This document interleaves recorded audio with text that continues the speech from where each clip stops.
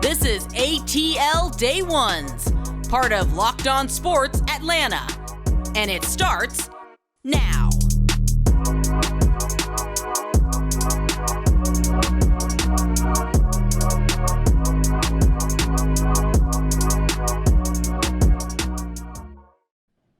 Welcome into ATL Day Ones with Jarvis and Tenitra. It is a hump day Wednesday, and it's good to be back in the chair. Welcome back. Right here on ATL Day Ones. I appreciate it. I appreciate that, T. It's good to be back. And, I say I'm a little darker, because I got a little tan there. And or my lighting messed up. We'll figure it out. But we got a lot of good stuff on board for today. We're going to start off with the Atlanta Braves. We're halfway through the season. Who needs to be better in order for them to keep this run going? And also, we'll jump into the Atlanta Hawks. Wow, it is quiet on the tip. It started off with making a lot of noise, but now it's getting a little quiet. What is going on? Do the Hawks need to make another move? We'll explain exactly why or why not. And last but not least, our boy Chadwick Boseman has been gone for a couple years, and it might be time to bring back T'Challa. We'll discuss that and for the culture. But before we get there, T, like I said, like I mentioned before, we're halfway through the season right now, and the Atlanta Braves have been on an absolute roll. They get the win last night, 7-1 against the St. Louis Cardinals. And Ian Anderson, like you said, he looked a little shaky, specifically in the fifth inning when the bases loaded, and he was like, all right, you going to get out of this inning or what? He was able to get out of it, but it seems like he struggled in the month of June. There's no secret about that. He had his high ERA throughout the entire season in that month. Right. So, but I think it was pretty good to kind of see him kind of get back on track and get out of those sticky situations. Agreed. And it's nice when you get run support, right? So yes, that's always helps. Early on, too. Yes, when you get a 5-run inning to start off, that's a good look for you. I believe that builds confidence, and that just tells you, hey, you can kind of take a breather, relax, and take this game slowly. And it seemed like he was just a little bit more in control, the confidence seemed to build as the game went on. And I like the fact that, and I'm going to go in another direction as well. Ian Anderson, it was a good look. But for me, the best thing outside of the big bats was Tyler Matzek, because and Colin McHugh as well, because when I talked to Sam about this yesterday, of course, Sam Crenshaw guesting with us for the last day yesterday, we talked about the kind of the good, the bad, and the ugly of the first half, or the best and the worst. And for me, and where we wanted to see improvement, I said that bullpen. Absolutely want to see the A team step it up. But I also prefaced that with saying I do know they're getting people back, right? Right. So yes. Kenley Jansen is on his way. Tyler Matzek is back. And last night I felt very comfortable with the A team. I was like, wow. I said, okay, middle relief. Okay, closer. Oh, all right. So that to me was a good look. Tyler Matzek, I know, maybe didn't have the velocity there. It was around 95 miles per hour. So you hope that his velocity picks up. But a scoreless inning after you've been out for 2 months from the Braves, that was a true highlight. And I think just a positive as we near the All-Star break.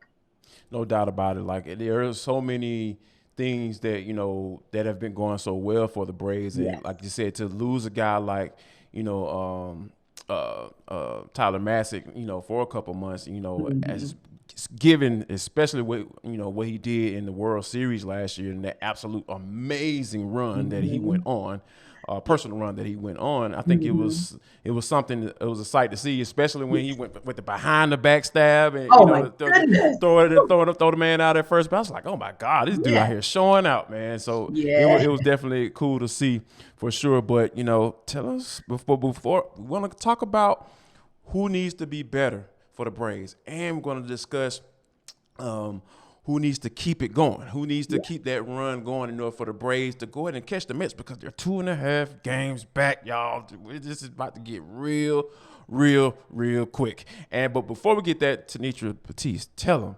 about who we got taking care of us for this particular segment on ATL Day Ones.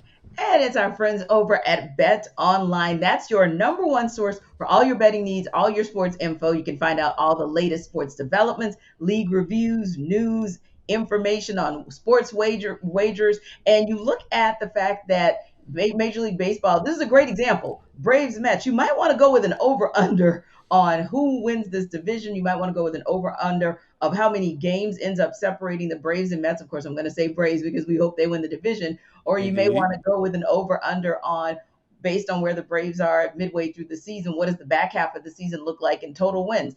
All of that is something that you can not just bet on, but you can get the information that helps you with betting at Bet Online. So that's your best spot. They give you scores. They give you podcasts. They give you news this season. I've even gone to a couple of their podcasts just to get some insight, because Jarvis and I, we have to know the over under on things as well, so that we're aware and can share with you in a quality fashion and give you accurate information about particular games or postseason playoffs, all of that. So this is where you get the information. It's fast. It's easy. You can even check in on some of the niche sports like MMA and golf on this site. So again, just head to the website. You can use your mobile device if you want to learn about trends and actions. It's really simple. BetOnline.net. That's where the game starts for you. BetOnline.net. And where the second half of this season starts, I think in order for the Braves to continue where they are, I think it like there has to be a certain group or individual that has to continue to do what they're doing, right? Because like there's a formula that's been that has come with the Braves, and we've seen it, right? We've been following this team really closely, and I think that for you though, I think what group specifically needs to kind of like, all right, we need to keep getting this from you all, in order for the Braves to go ahead and eventually catch up with the Mets. I go ahead and speak that into fruition. Right. Well, I really like seeing what the bottom of the order has been able to do. And so and it depends, because of course we know there have been some shifts here and there, but if we look at the bottom of the order, and particularly Michael Harris II, if we look at that part of the bottom of the order, I really, really love what they've been able to do and hope to see them keep doing it. So that's going to be my 1A. Actually, I'm going to leave it there because I want to answer the other question you have, but I want to hear what you have to say too. So I'll leave it right there on the good of who I want to see keep making it happen. And when the Braves were trying to figure things out and they started to really come out of that rut or that long winning streak that they went on, it was the bottom order that was carrying them, because I think they were being the most productive. And then when you have inserted Rookie of the Year Michael Harris, I think that see how I'm speaking things into fruition today. Like, I'm being a prophet today. So when they inserted him into that bottom part of that order, I think that was something that has really gone well for them. So I'm definitely on board with that. But I think that it has to be the pitching rotation. I think that for them to continue to do what they're doing, remain consistent, keep those runs low, and keep those ERAs low, and give those bats a chance, and keep people off base. Yes. I think that we've kind of talked about that with pretty much every guy in the starting rotation. Like, all right, keep the guys off base, keep those ducks off the pond, we'll be straight. And I think that's the thing that we've been watching them do, and I think they need to continue that in order to be to remain consistent, because you got a guy like Max Fried, and you see Charlie Morton. He's starting to figure things out and start to, really get on a roll. And you have Spencer Strider coming out of nowhere, essentially, to be that fifth guy in the rotation. So I think if the starting rotation is able to remain consistent and continue to do what they do, I think the Braves will be able to keep it going. But on the other side of that, who needs to be better? Like, because we already know, like, there are different aspects of this team that have been doing really good, doing really well, but there are some people been struggling. So who you got as far as who needs to be better in the second half of the season? Right. I'm going to go with Left Shark. And that's what I'm going to call Marcell Ozuna from now on. You remember Left Shark from the Super Bowl with Katy Perry, and Left Shark was doing his own thing. I would just go with Left Shark. Oh, my God. I don't understand sometimes what's going on. You be sliding all over the place. I'm like, bro, why you sliding? Just run through, catch the ball. Those inopportune moments. So literally, I just want him to do better. And look, I know we have to keep him in the rotation somehow, some way, because he's going to give you the long ball. That's what you have him Yes. for. You don't have him for doubles and singles or anything in the cycle. Just hit the long ball. So he is giving you a fair amount of that. I think he's been coming in around the 273 mark. Mm-hmm. All I need you to do is when your number is called for left field, just be adequate.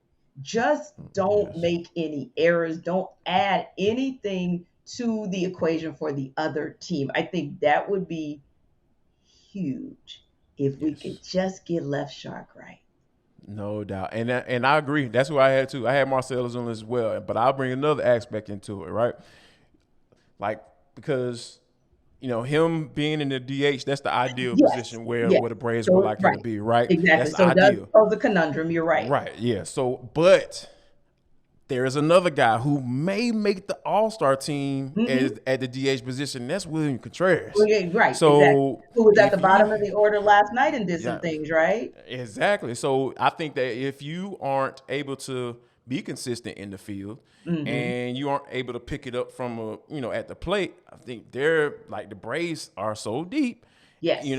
That they have your replacement Yes. ready and waiting in the wings if you don't, get right. And I think that we both agree that Marcell Ozuna is a guy that the Braves need to see some improvement from in the second half of the season. But really quickly, Yes. as I've been kind of thinking about the Falcons, as we going through the dead period and everything, there was kind of thing that came to my mind and just start to dwell on, right? Because we talked about the Falcons potentially making some additions on the offensive line Yes. late, or right around training camp or during training camp, once cuts are made. Yeah. But I started thinking about the defensive line, right? Because, we have some guys that are going to be playing defensive end in that, base formation for the Falcons that nobody's never heard of. Let's just be real.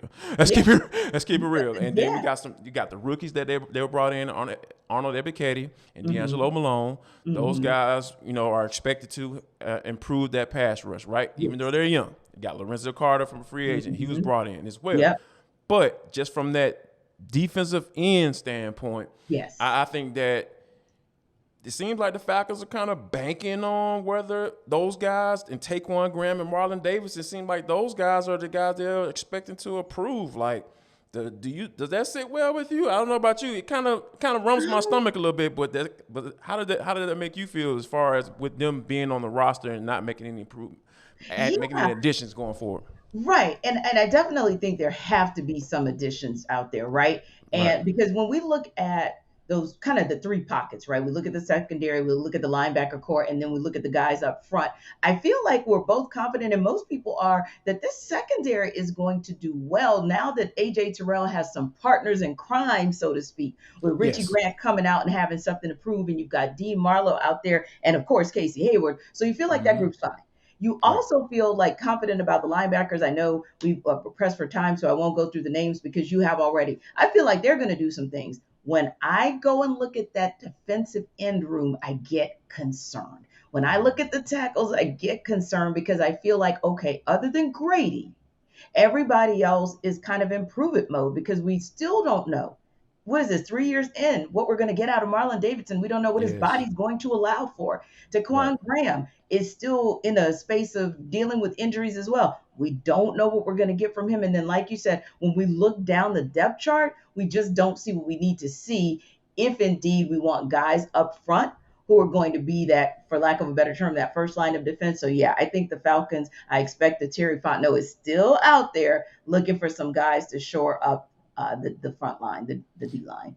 Yeah, I don't think Terry Fontenot is a guy that is going to rest on his laurels because I feel like he knows that he has to be constantly looking like he was last year. Yes. They brought in Anthony Rush. They brought him off of the street, and he helped the run game, significantly, because, the Falcons were struggling trying to stop the run and pass in the pass. So they were, and when they brought Rush in, they kind of stabilized that thing just a little bit. And I think that he's going to have that same mindset going into 2022 for sure. But coming up next, though, T, the Atlanta Hawks started off with made a lot of noise with Dejounte Murray. Then they made the trade of Kevin Huerter. Yeah. now that it's quiet, what is Travis Schlenk thinking? We'll try to dive into the mind of the president of basketball operation next, right here on ATL Day Ones with Jarvis and T. Don't. Welcome back to ATL Day Ones. I am Tenitra. This is Jarvis, and we appreciate you guys for coming back and joining us each and every day. Thanks for subscribing to our YouTube channel and just rocking with the whole Locked On Sports Atlanta family. And also, wherever you download your podcast, keep downloading our podcast and giving us 5-star reviews. We always appreciate the support and the feedback because, hey, we listen to what you guys have to say. And we also have our ear to the streets for NBA free agency because it is still ongoing. It's been a quiet couple days, but it's still ongoing. Of course, we know that the Hawks made their big splash early last week with the announcement that they traded to get Dejounte Murray, and that was a great move. It was one of those sneak moves, however, because he wasn't one of those free agents that everybody was looking at because nobody knew that the Spurs were even interested in trying to shop him, right? Until he came here. Now we know that it was probably in the works for a couple of weeks. That said, then there was the trade of Kevin Huerter, which I think shocked a lot of people. So he goes out to Sacktown, and Mo Harkless and Justin Holiday come here. And of course, Aaron Holiday gets signed from the Suns as well. So just continuing to have that backup support for the backcourt. But there are still some pieces that need to be added, seemingly as the East has continued to get better. So Jarvis, does that mean Travis Schlenk, Landry Fields and company still are working on something big? You know what? To be honest with you, see, I feel like it has to be, right. I mean, and not. I mean, I know everybody wants to, think about, because of John Collins. No, not necessarily John Collins. I think that just from a perspective of a global view of this squad going forward, right? Because I think that if that player is still out there, because I think, in the beginning, we talked about different players like who were untouchable, right? And I think that, Trey, I think it started off with Trey Young. Trey Young's the only one that's, is coming back. But as, things start to come along, we start to find out more information. We noticed that DeAndre Hunter is probably going to stick around. We know that they didn't want to get rid of him. Exactly. And then when the trade of Dejounte Murray and, now that Kevin Huerter is gone, it's kind of like, all right, well, who's next? And I think that it could be John. But I think that, there's still a possibility of a Clint Capella potentially maybe around, for them to kind of figure out what they want to do, right? Because I think they have some flexibility, right? Because we know they want to get Onyeka Okongwu more minutes. Yes. Okay, how do we do that? Do we remove the guy that we think that he can play the 4 consistently? Or do we move the guy out that, still kind of, fairly young, but, to NBA standards, but not necessarily a spring chicken in Clint Capella, right? And bump him down to the 5. So I think you still have some flexibility down in your front court to kind of make a move, but, it's just – but when you think about the landscape, right, because you have to have a trade partner to trade with somebody. And I think the first person names that come to mind that's still out there is DeAndre Ayton. And that doesn't really move me too much. I know he's younger. He's not the rim protector that Clint Capella is. Right. But I think he can be offensively, he can be a little bit more flexible with Ayton in there at that position. So I think I like it might not be a one specific move or one or two specific moves that the Hawks can make, but I do like the fact that the Hawks are actually flexible in what they can do because they still have some moving pieces on their roster, up and down their roster that they can make, to potentially get somebody that we might not even see right now who might be available. Right. And for me, it's the positionless basketball. Because if you look at it from that perspective and not so much, okay, who's going to be the 3, who's going to be the 4, who's going to be the 5, it may be a situation where you just get a guy who is a stretch. And that stretch guy can then be in the lineup when you don't go with the traditional 1 through 5. So maybe you go with 3 guards and 2 forwards, just, here and there because, and of course, Golden State is kind of the bell cow for it. And really the blueprint for how you do positionless basketball. But that, to me, could be an option as well, which would allow you to maybe keep a John Collins and a Clint Capella, because you're not necessarily taking their place, if you will. You're not necessarily looking for somebody to take their place, but you're looking for a positionless guy who you can just shift around as needed. And he could be a strong second unit person. And not that Tyler Hero and Duncan Robinson are positionless per se, but they're those strong second unit pieces that almost feel like a true extension of your starting five. Right. So Yeah. that's the other piece there, because for me, the appeal for Dejounte Murray was the fact that he was on nobody's radar. Nobody's, because Yes. he's not a free agent, right? So Right. Yeah. Yeah. so that's what I'm kind of digging into. I'm literally, Jarvis, every day kind of going through different rosters and saying, wonder if maybe that's a possibility for a trade of nobody who's a free agent, but just a team that is willing to be a partner the way the Spurs were willing to be a partner. And speaking of partners, there is a company that maybe some of you guys want to partner for if you are looking for quality online jewelry that Jarvis is going to tell us a little bit more about. Go to BlueNile.com. That is the jewelry company that will make sure when you're ready to pop the question, celebrating a milestone moment, find jewelry as unique as her with the modern convenience of online shopping at BlueNile.com. That's the place where you want to go if you're trying to figure it out. Because I know for me, T, you know, when it comes to that process, Yes. like it can be stressful because but Blue Nile is going to simplify that thing for you, right? Because they have the online tools. They let you choose the diamond shape, the size, and the clarity, as well as the setting style. Nice. Blue Nile's bench jewelers will then handcraft her perfect engagement ring. Each ring is one of a kind, so she will not see another woman out there with that same exact ring. And we know how important that is when you're trying to select the ring, because, I'm sitting up here stressing about what I'm going to buy for my wife, or what ring I should get. And thankfully, my wife was very helpful in that process. And hopefully your partner and whoever you're engaged to, they'll help you out as well. But BlueNile.com got you checked out, and here's how they're going to take care of you.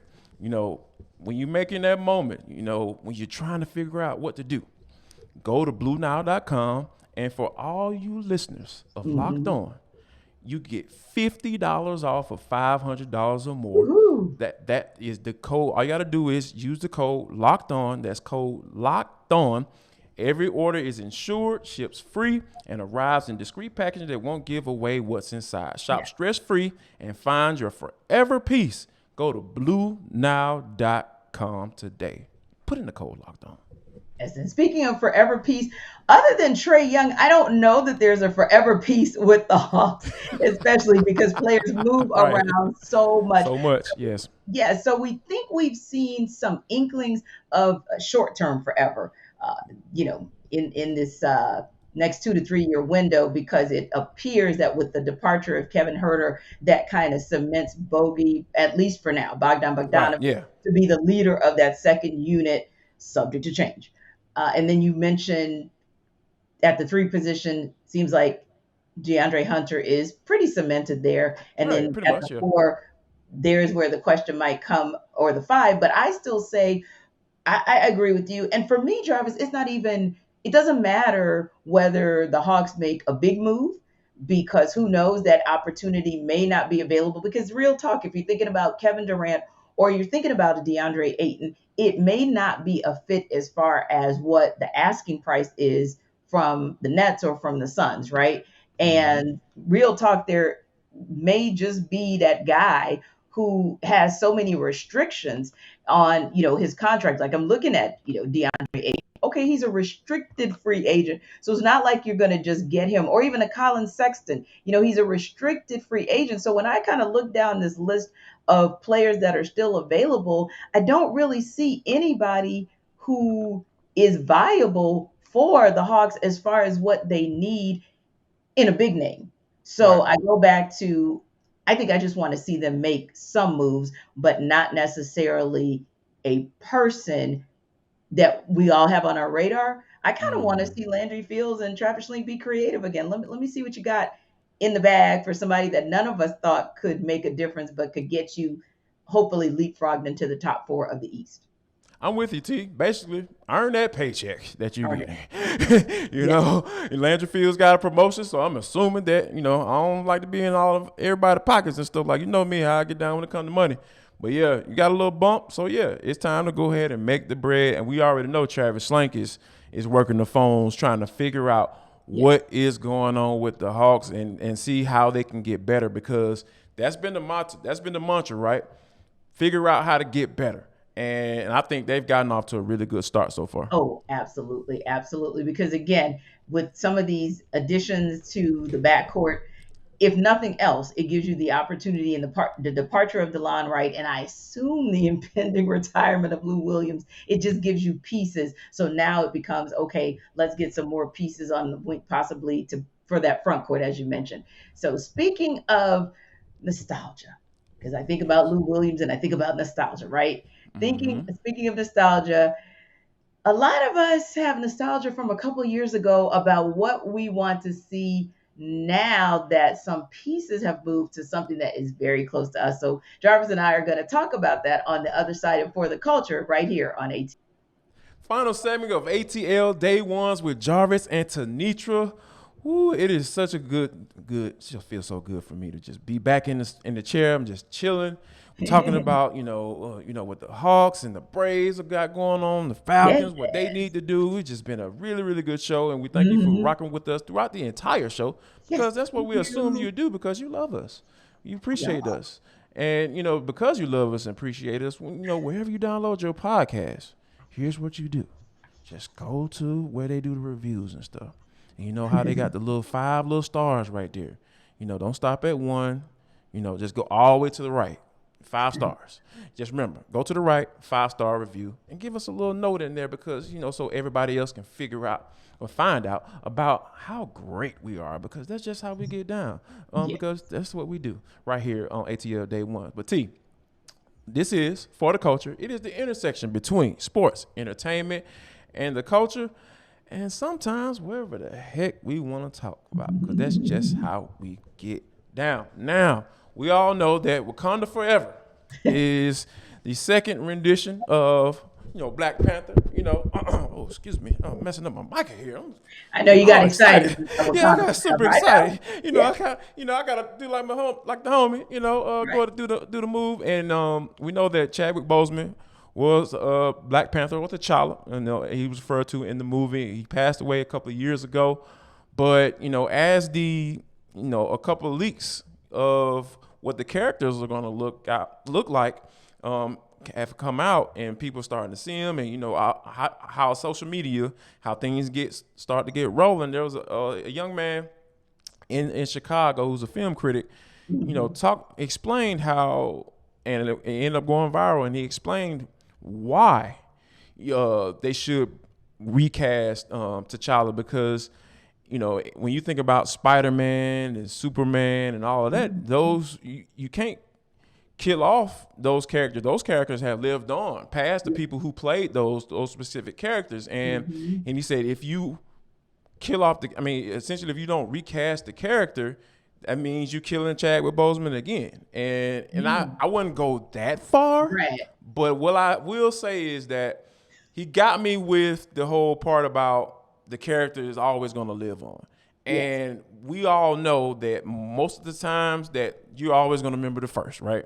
In so many situations, whether good or bad. And we know that T'Challa, why you looking at me like that, teacher? So sorry, y'all. There's so much stuff going on in my mind right now. I'm trying to keep the 12-year-old down and keep the grown Jarvis going. 8th grade Jarvis. Yes. Step Stay back. focused. I'm coming back. I'm here, right here. But I think that, I think he made a really good point as far as the character living on, and he convinced me. I think that they should recast T'Challa. Now, I think they need to do their homework and do their due diligence and make sure they get it right. But what say you, T? Yeah, that's a tough one. That's a tough one, because I do agree with his point. That is probably the most salient point I've ever heard about why you bring him back, along with the fact that, and no offense, because the first cast was an ensemble cast, right? Yes. So you had so many heavy hitters in that cast, and those individuals are coming back. I get Right. that. But he's still the central force. He's still the center of the story. So it's Indeed. Yeah. difficult to go forward without the center of the story. I don't know that those other characters are strong enough as characters to kind of To move the carry the story movie. Yeah. forward. But yeah, I agree. If you're going to do it, and I'm not so sure I even am ready to see it, quite honestly. Right. So I guess the emotional tie for me might still be there. But if you do, you better recast that like spot on. It has to Mm. be the perfect person who may be out of pocket. Mm-hmm. We love just because we love that person. Yes. Like, yeah. Ooh, I got one, T. Mhm. Ooh. Ooh, I got one. But before I tell you who I got in mind, tell them about Coffee AM, about what they got going on with our new friends, our new partners, Yeah. up in Canton, Georgia. Yes, yes, absolutely. And listen, if you're driving through Atlanta traffic like most of us are, especially for that morning commute, it doesn't matter if you're on the road like me at 5:30 a.m. or if you're in the thick of it. I know, right? From 7 to 10, Coffee AM is what you want to invest in. It's an Atlanta-based small batch coffee roaster, as Jarvis just mentioned. So you should definitely check it out. And it's the best small batch coffee roaster in this country, not just Atlanta, not just Georgia, but in the US. So listen, it's the freshest coffee, like I said, that you can get because most of the coffees are roasted and shipped same day or pretty close to it. So it's only Super current fresh. crop, specialty grade coffee, and they have a huge selection from all over the world: organic, fair trade, direct trade, expertly crafted blends, espresso, flavored coffees. And for me, it's the gourmet tea because I absolutely love tea. So that's what I'm most excited about when it comes to talking Coffee AM, that they really have more than just coffee available. So they're local. That's something to remember, that they're roasting right in our own backyard. So go to coffeeam.com/ locked on today and take a look at their full menu of coffees, teas, and even gifts. Coffeeam.com/ locked on and use this coupon code locked on at checkout. You'll get 15% off of your first order of coffees, teas, and gift sets. Coffee AM, again, is the best small batch coffee in America that you absolutely need to check out. And I absolutely vouch for it because I had me a big old cup this morning. Ooh, still sipping on it a little bit, and it keeps me going throughout the day. Now, T, Yeah. the person that I had in mind, Yeah. what would you think about Jamie Foxx as T'Challa? Well, you know he played Ray Charles to the T. Yeah. Now I know T'Challa is a fictional character, but Mhm. I think Jamie Foxx can probably pull that thing off. T, what say you? Yeah, that would be a really, really good one because we're already invested and engaged in him as an actor. Mm-hmm. So I believe because we have an established relationship with the actor Jamie Foxx, Yes. we would be able to do with him the same things that we did when he was in character for characters such as Ray Charles. Right. Because I walked away from that film and literally said, "Oh my God, I truly forgot that was Jamie Foxx." Yeah. And that's what So and seriously. that's just an Man. example of it. But I Indeed. even Yeah. saw a movie recently that he did where it was Spider-Man. I think it was Mm. Spider-Man 2, where Mm-hmm. he played like the nerdiest of guys, but Spider-Man kind of took him under his wing.